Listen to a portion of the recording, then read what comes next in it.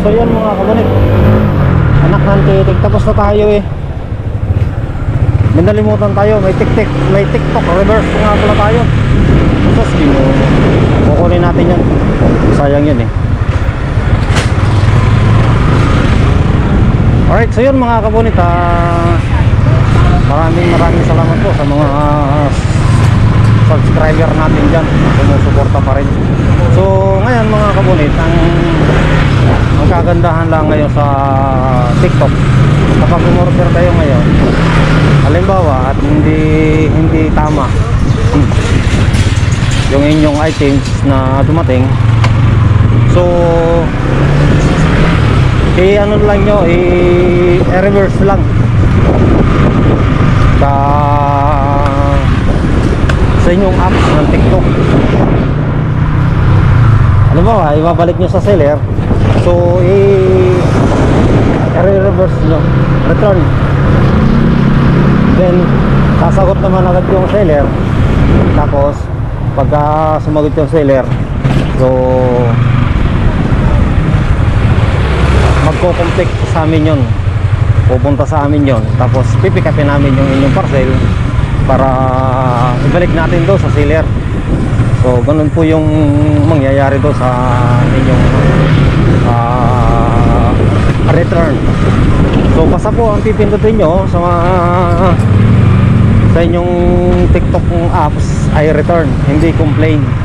Kasi po pag complain ay hindi na po kayo sasagutin ng ating mga seller, kasi hindi naman po nila kasalanan kung ano yung parcel ninyo na ikino-complain. Nasa sa atin na po yun kung mali yung inyong pagkaka-order.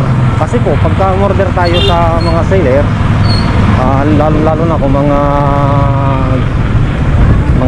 damit, pantalon, shirt, tsinelas, may mga sizes po kasi yan, may mga kulay. So kung basta lang nyo po o-orderin tapos hindi nyo pipindutin yung sizes, yung kulay, talaga magkakamali po kayo. Talagang tapos sasabihin nyo pagdating sa inyo ng parcel ay hindi naman ito yung aking order, iba yung order ko. Ay nasa sa inyo po yan, kasi pagka mali po yung pinindot ninyo at hindi kayo tumingin ng kulay at sizes, ay hindi yung kung ano po yung kasing pinindot ninyo dyan sa inyong apps, TikTok apps, so yun po yung patadala sa inyo ng seller. Kaya bago po tayo umorder, i-check po natin maigi kung anong kulay, kung anong size, kung anong klase, bago ninyo po i-file order, para maiwasan po natin yung ganon. Kasi hindi naman po talaga ipadadala ng seller yan ng mali. Kung tama po yung inyong pinindot, tama yung inyong in-order, hindi naman po ipapadadala sa inyo ng seller ng mali yun. Kasi po sa TikTok, legit po talaga yung TikTok. Kami na po nagsasabi sa inyo, legit yan. So yun, nandito tayo ngayon mga kabunik. Kukunin natin yung TikTok reverse natin dito kay Jeffrey. Alright, so yun. Tapo Jeffrey.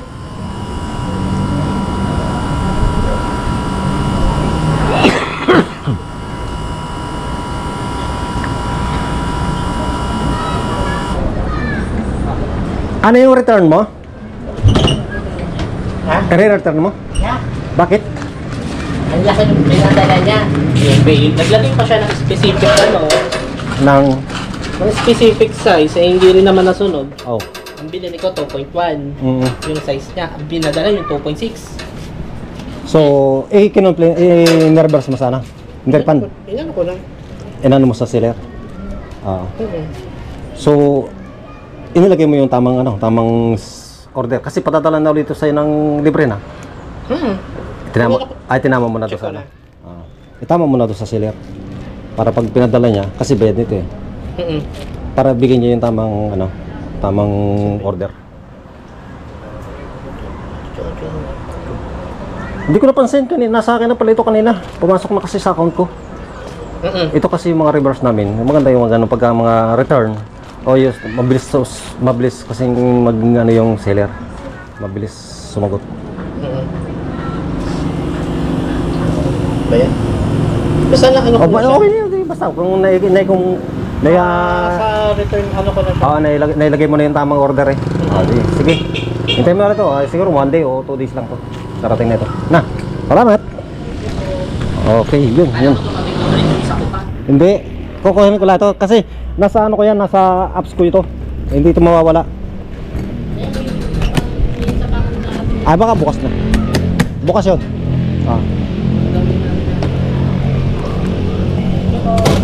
Okay.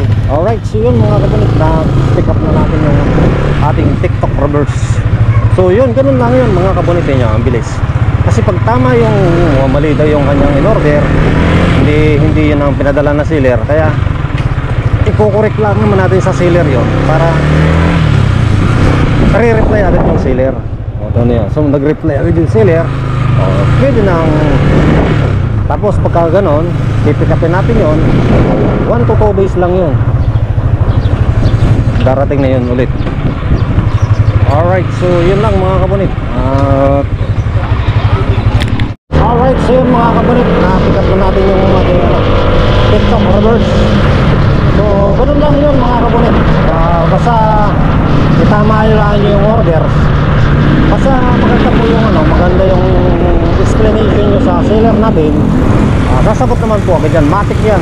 Hindi po yung mga yan kasi mga legit yan. Basta reverse po, return, sasagot yan. So yun lang po mga kabunit. So sana doon sa mga customer natin na nag-order ng mga parcel natin, hindi naman po natin maiwasang magkamali tayo.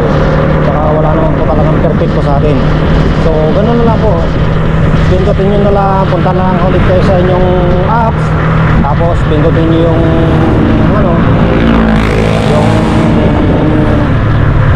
order nyo doon. Meron po doon, may refund po doon, may return at saka complain. Huwag po complain ha, ang inyong pipindutin return para mabilis po sumagot si seller.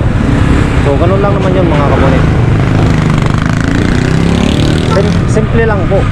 Pagka talagang marunong kayong umorder, simple lang, madali nyo matututunan at makukuha. Alright, so yun lang mga kabunit. Actually po, maraming salamat sa inyong walang sawang pagsubaybay sa aking munting YouTube channel. At kung meron po kayong konting katanungan, either sa mga parcel o sa mga delivery, pwede nyo pong i-PM yan dyan sa ating comment section. Sasagutin ko po yan, i-explain ko sa inyo. So yun lang po, maraming salamat. Bye-bye. Yan, piyesta ng lecherya ngayon.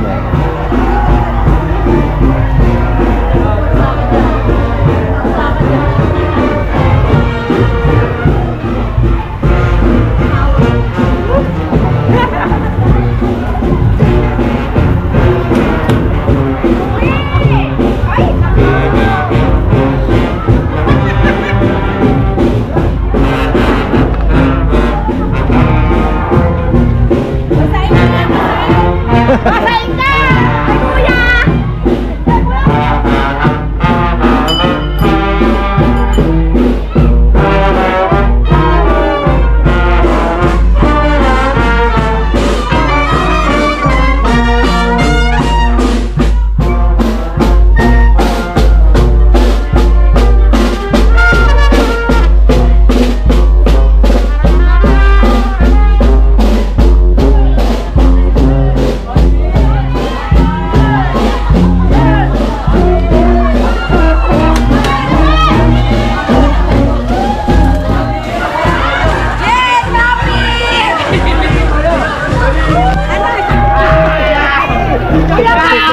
Video, kuya, video.